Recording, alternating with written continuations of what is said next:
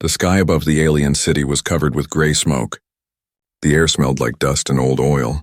In the middle of the broken market square stood a metal stage, surrounded by shouting voices. The crowd pushed closer, their eyes filled with hunger, not for food but for power. On that stage stood Lyra, a young alien woman with pale blue skin and silver eyes. Chains circled her wrists. Her hair, once bright and full of life, now hung dull and tangled. She had not eaten properly in days.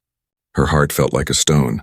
She had lost everything: her home, her family, her freedom. The announcer's voice echoed through the speakers. Lot number 21, half-blood alien female. Healthy, strong, and obedient, the crowd roared. Some men laughed. Others whispered cruel things. Lyra looked down at her feet, trying to disappear inside herself. She didn't want to see their faces. Among the buyers stood a human, tall, quiet, wearing a dark coat. His name was Elias. Unlike the others, he did not shout or laugh. He just watched. His eyes were calm but tired, like someone who had seen too much pain. Lyra noticed him and froze. Humans were the reason her planet had fallen. They were the ones who burned her city, who took her people. What was this one doing here? The announcer raised his hand. Starting price, 200 credits. Bids came fast. 250. 300.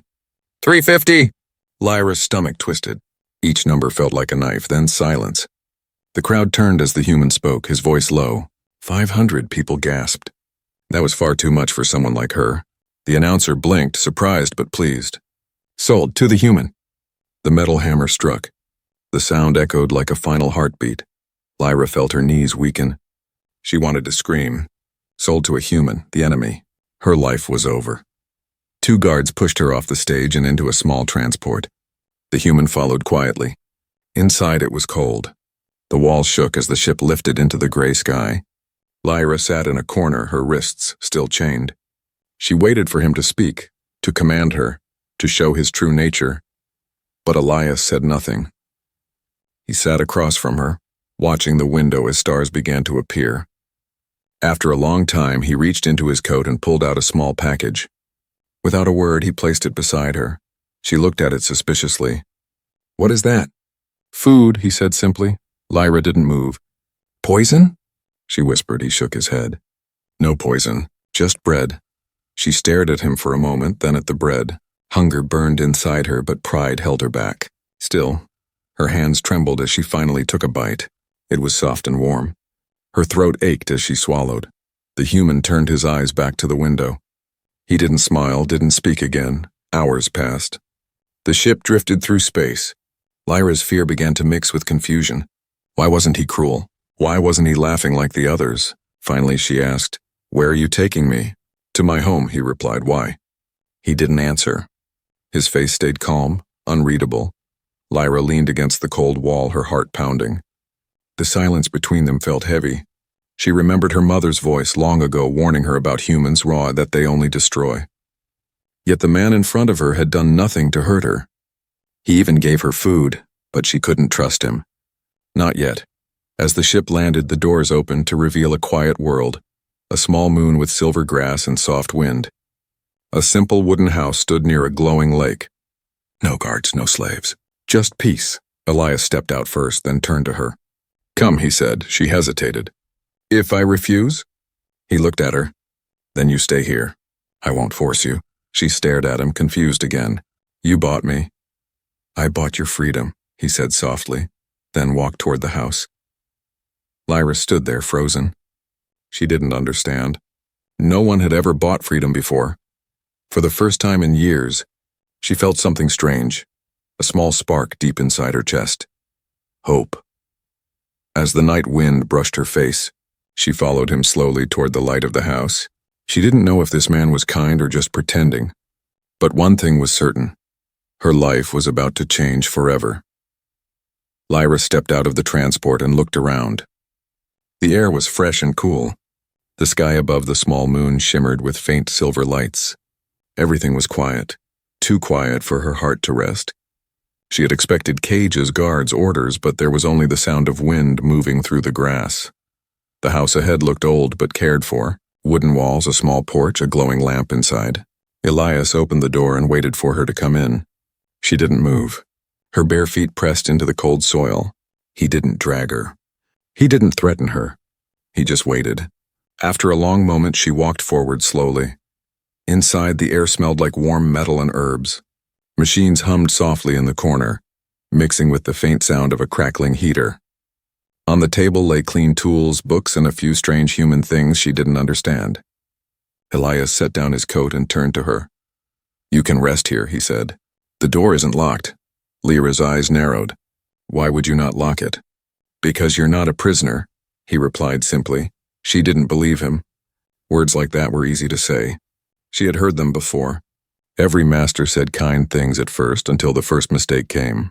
Still, she stayed silent. Elias pointed to another door. "There's a room there, bed, water, you can wash. Eat when you're ready." Then he left her alone. Lyra stood in the middle of the small living room, her hands trembling. She looked around for hidden traps or control collars but saw nothing. Slowly, she walked toward the small room. It was simple, with a soft bed and a window that showed the glowing lake outside. She had not seen a real bed in years. She sat down carefully, afraid it would vanish.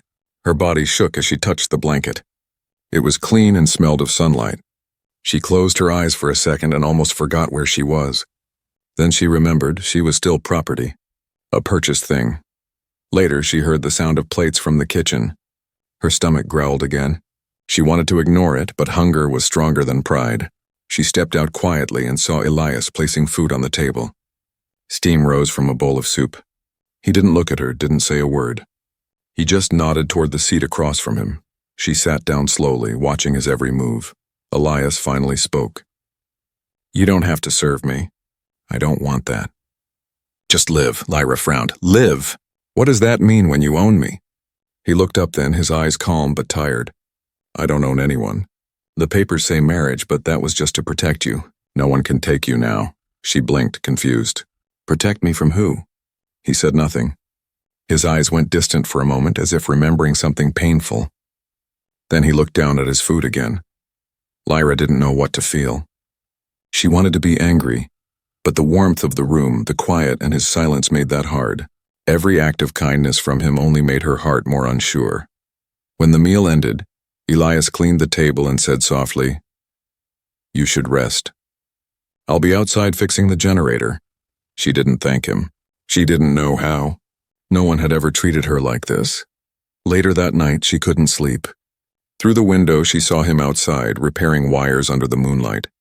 His movements were slow and careful, his face calm. She noticed the scars on his arms, old burns and cuts, signs of hard work and battles. She wondered what kind of man carries such wounds yet speaks so gently. Hours passed. The wind grew cold. She watched him until her eyes closed. For the first time since she was taken, Lyra slept without fear. Outside, Elias looked up at the quiet sky. He whispered to no one, "Maybe this time I can make things right." Inside the house, the alien girl who once hated humans dreamed of freedom she didn't yet believe in. Days passed slowly on the quiet moon. Lyra woke every morning to the soft hum of machines and the gentle light of a distant sun. She still didn't understand her new life. No one shouted at her. No one ordered her to work or punished her for mistakes. The silence itself felt strange, like something heavy she didn't know how to carry. Elias spent his days repairing broken tools and tending the small greenhouse behind the house. He grew food in neat rows of glowing plants that shimmered under artificial light. Lyra watched him sometimes from the window. His movements were steady, patient. He worked like someone used to being alone. One afternoon, she decided to follow him outside. He didn't stop her. She stood quietly beside the greenhouse, unsure what to say. The air smelled of earth and metal. Elias was fixing a cracked pipe. His hands moved with care, strong yet gentle. "Why do you live here alone?" she finally asked. He paused for a moment, then kept working. "Peace," he said softly. "It's the only place where the noise of the past can't reach me." Lyra didn't understand what he meant, but his tone made her chest tighten. She looked at his face under the light. He had kind eyes, but also tired ones, eyes that had seen too much loss. Later, when he took off his gloves, she saw the scars on his palms, long, uneven, healed long ago, but still visible. "You were a soldier," she said quietly. He looked at her, then nodded once. A long time ago, she hesitated. Against my people? He didn't answer right away. He turned his gaze toward the horizon where the silver sky met the hills. The war didn't ask who we fought. It only asked that we obey. Lyra lowered her head. She remembered the bombs, the fire, the screams. Humans had been their nightmares. Yet this man spoke with sadness, not pride. That night the power flickered. The wind outside grew stronger. Rain began to fall, thick metallic drops hitting the roof. Elias moved quickly, checking the generator. Lyra followed him with a small light. Stay inside, he told her. She shook her head. You shouldn't be alone in this. He gave a faint smile but didn't argue. Together they worked through the storm. She held the light while he fixed the cables. The wind pushed against them, but they didn't stop. For a moment, the two of them were the only souls in the galaxy. When the generator finally roared back to life, they both stood in silence. Rainwater ran down their faces. Lyra looked at him, breathing hard. He looked back, and in his eyes she saw something she didn't expect. Grief. Who did you lose? She asked softly. He closed his eyes. My wife during the war. She was a doctor. She believed peace was possible. Lyra's heart sank. She wanted to say something, but no words came. She had seen too much death herself to offer comfort. Elias turned away, his voice quiet. I fought to protect her. I failed. After that, I couldn't go back, so I came here. The silence stretched between them, not heavy but human. Lyra's throat felt dry. Why save me then? You could have walked away. He met her eyes, because once someone tried to save her too. But they were too late. I didn't want to be too late again. Something changed inside her then. A small crack in the wall she had built around her heart. For the first time, she didn't see him as an enemy. She saw him as someone who had lost as deeply as she had. They went back inside. Elias handed her a towel and sat near the small heater. The firelight danced across his face. Lyra watched the way the warmth softened his expression. He smiled faintly, but the sadness never left his eyes. Beneath that calm, she could feel the wound he carried. A wound that no medicine could heal. And though she didn't say it out loud, she felt a quiet promise grow inside her, that she would learn who he really was, and maybe in time help him heal too. The moon was calm that evening. The wind carried the smell of wet soil and quiet life. Lyra sat outside near the glowing lake, watching silver ripples move under the soft light. She had begun to feel safe in this place, safe enough to smile when Elias passed by carrying his tools, safe enough to sleep without chains. But peace never lasts long for those who remember war. As the night deepened, she heard a strange sound, low at first, then louder. It came from the sky, a hum she knew too well, ships. Her heart froze. She ran to the door. Elias, she said quickly, something is coming. He looked up, listening. The hum became a roar. Red lights flashed in the clouds. He moved fast, grabbing a small weapon from the table. Stay inside, he said firmly. Lock the door. Lyra shook her head. Who are they? Raiders, he answered, eyes hard now. They hunt colonies for slaves and metal. Maybe the same ones who sold you. Her hands trembled. The sound of engines grew louder until the ground began to shake. Through the window she saw shadows moving, ships landing, figures stepping out. Their armor glowed with cruel light. Elias opened the door and stepped out into the night. Lyra wanted to stop him but couldn't move. She watched as he stood alone in front of the house facing the attackers. One of them shouted, Human, we know you keep a slave. Hand her over and we might let you live. Elias didn't answer. He raised his weapon slowly. She's not your slave, he said. Laughter echoed across the field. Then came the fire. Blades of red light shot through the darkness, striking the ground around him. Lyra screamed and ran outside despite his warning.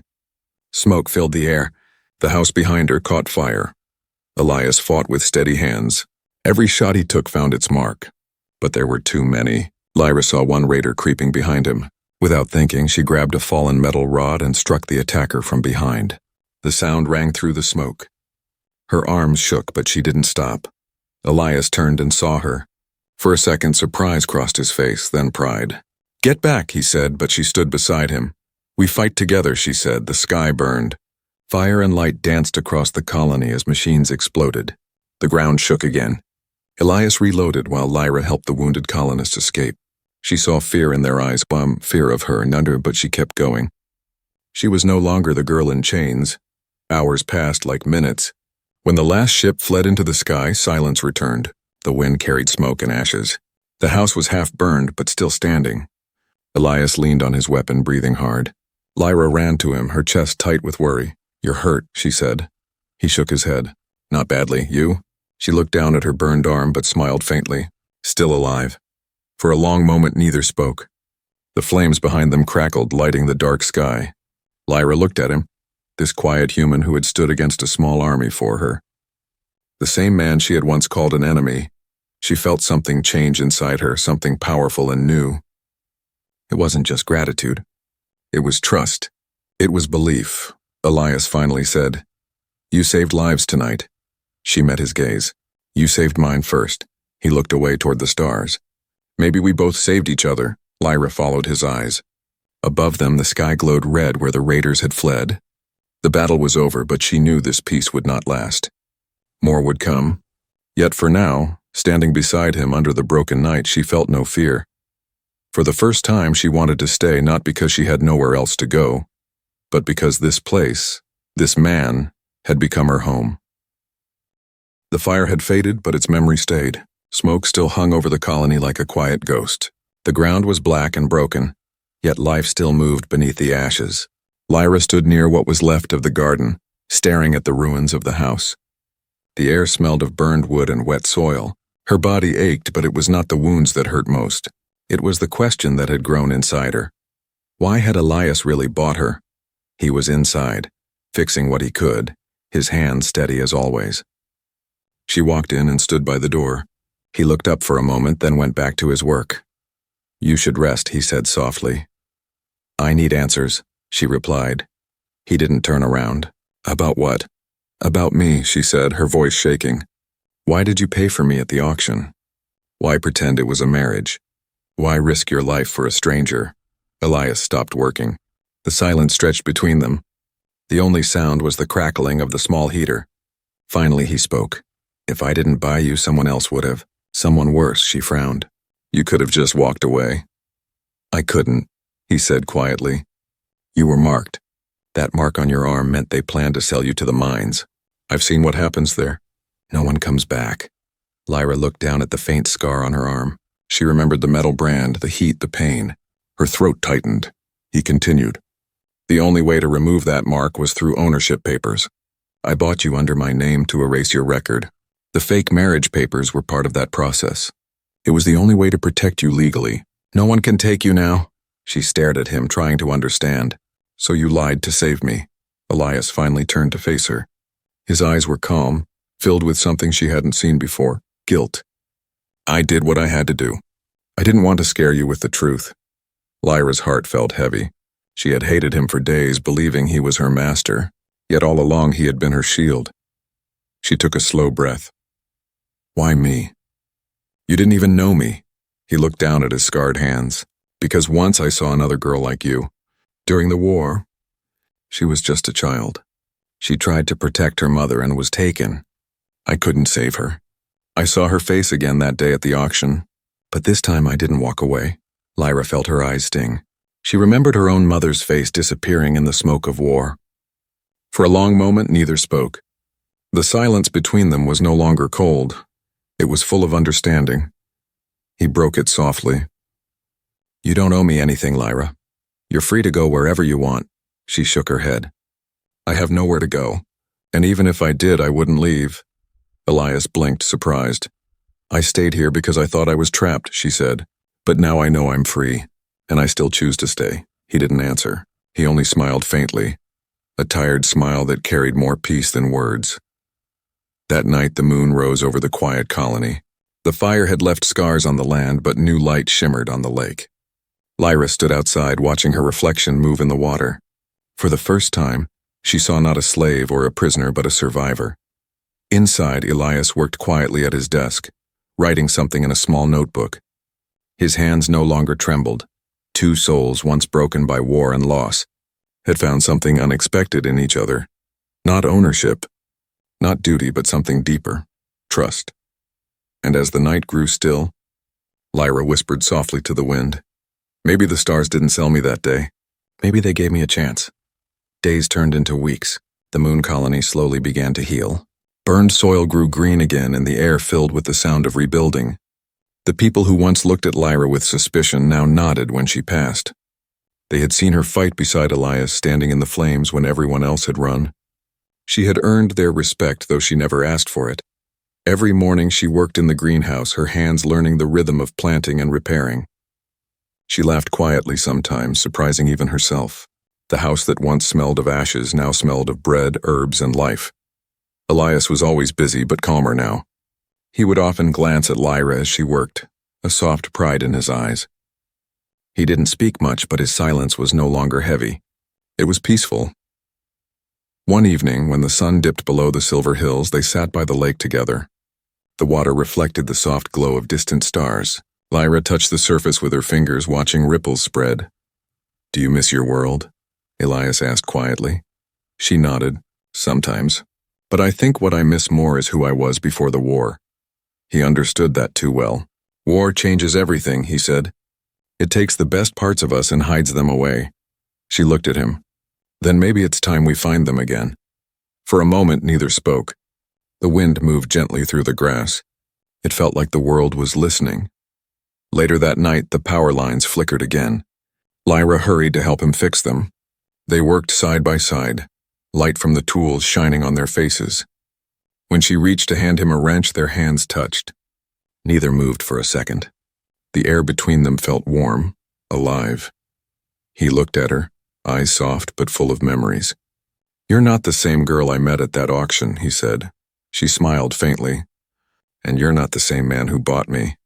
They both laughed quietly. The sound was small but real. Days kept passing and life grew steady. Lyra learned to read human text with Elias's help. She studied the stars through his old telescope. Sometimes she would tell him stories of her people, their music, their skies full of glowing birds. He listened like each word was treasure. At night he told her about Earth, the forests, the oceans, the smell of rain on stone. She closed her eyes and tried to imagine it. One morning Lyra found him sitting by the window, his hand trembling slightly as he held an old photograph. She saw a human woman smiling beside him. She didn't ask, but he spoke anyway. "She used to sit just like this," he said, watching the sunrise. "She wanted peace for everyone. Human, alien, all the same." Lyra placed her hand gently on his. "She would be proud of what you've done here." He looked at her, eyes tired but grateful. "You remind me of her sometimes." She shook her head. "No, I'm not her. But maybe I can help you remember her kindness." The moment passed like a soft wind, leaving warmth behind. Over time, they became more than survivors. They became a team. When colonists argued, they both stood together to keep order. When supplies ran low, they shared what they had. When fear returned, they faced it side by side. At night, when the lights dimmed and silence wrapped around the house, Lyra often looked at him and wondered how something so unexpected could feel so right. She had been sold into darkness but found light in the most unlikely place. Elias felt it too, though he never said the words. He didn't need to. It showed in his small smiles, in the way he always made sure she ate first, in the way he listened when she spoke. The bond between them was not built by race or blood. It was built by shared pain and gentle care, something pure, something real. And though they lived on a lonely moon far from the worlds that broke them, they had found something that neither war nor time could destroy. Hope. The colony had grown peaceful again. Months had passed since the night of fire. The people worked together now, humans and aliens side by side. The air felt lighter and the scars of war began to fade. Lyra and Elias lived quietly, tending the fields and repairing what the storm of violence had broken. It was almost enough to make them believe peace could last, but peace never comes without a price. That morning the sky changed. Dark clouds rolled in, not from weather but from engines. 3 black ships broke through the clouds, their shapes sharp and cruel. The sound echoed through the valley, deep and heavy like a heartbeat of fear. The colonists ran for cover. Lyra stood frozen, her blood turning cold. She recognized those ships. They belonged to the traders, the same ones who once owned her. Elias came running from the workshop. "Get inside," he said quickly, but Lyra didn't move. She stared at the sky as the ships landed near the edge of the colony. Dust and wind swallowed the ground. The doors opened and figures stepped out, dressed in dark armor and carrying weapons that gleamed in the sun. Their leader, a tall alien with silver armor and cold yellow eyes, spoke in a voice that carried across the open field. "Bring the girl," he demanded. "The property marked as Lyra belongs to us," the colonist whispered in fear. Some looked at her with pity, others with doubt. Lyra's hands shook, but she didn't step back. Elias walked to her side, his jaw tight. "She's not your property," he said calmly. "Your contract was void the day I bought her," the leader sneered. "You think a piece of paper changes who she is? She is one of ours. A slave cannot decide her fate." Elias raised his weapon, but Lyra placed her hand on his arm. "No," she said softly. "This time I'll speak." She stepped forward. Her heart pounded, but her voice didn't tremble. The soldiers stared as she stood in front of them. No armor, no weapon, only truth. "You're wrong," she said. "I was yours once, but not anymore. You sold me like a thing, and he—" She turned to Elias. "He bought me to save me. Not to own me. To give me back my name." The leader laughed, a low, cruel sound. "You think anyone here cares about your name?" Lyra looked at the colonists gathered behind her. "They care," she said, "because they saw what you never did. They saw me fight. They saw me build. They saw me live free." The leader raised his hand. "Enough. You come with us or we burn this place." Before he could move, Elias stepped beside her, his voice steady. "You'll have to go through both of us." The soldiers hesitated. They had not expected resistance from a human and an alien standing together. The colonists began to move forward too, holding tools, not weapons, but courage. Dozens of them stood behind Lyra and Elias, forming a wall of silent defiance. The leader looked around, uncertain now. His pride cracked under the weight of so many eyes. Lyra took one more step forward. "You don't scare me anymore," she said. "You had power once, but that power dies when we stop kneeling." Her voice carried across the wind. The silence that followed felt endless. Then slowly the traders turned back toward their ships. Their leader glared one last time before signaling retreat. Engines roared and the ships rose into the clouds, leaving the colony bathed in sunlight once more. Lyra exhaled, her body trembling. Elias lowered his weapon and looked at her, pride shining quietly in his eyes. "You did it," he said. She smiled faintly. "No," she said. "We did." The colonists cheered, their voices filling the air like music.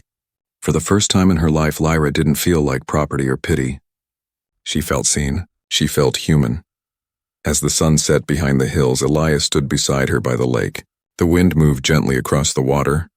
"What will you do now?" he asked. Lyra looked at the horizon, her silver eyes reflecting the light. "Live," she said simply. "For the first time I'll live." And beside her, Elias smiled, knowing that the girl he once saved no longer needed saving. She had saved herself, and in doing so saved him too.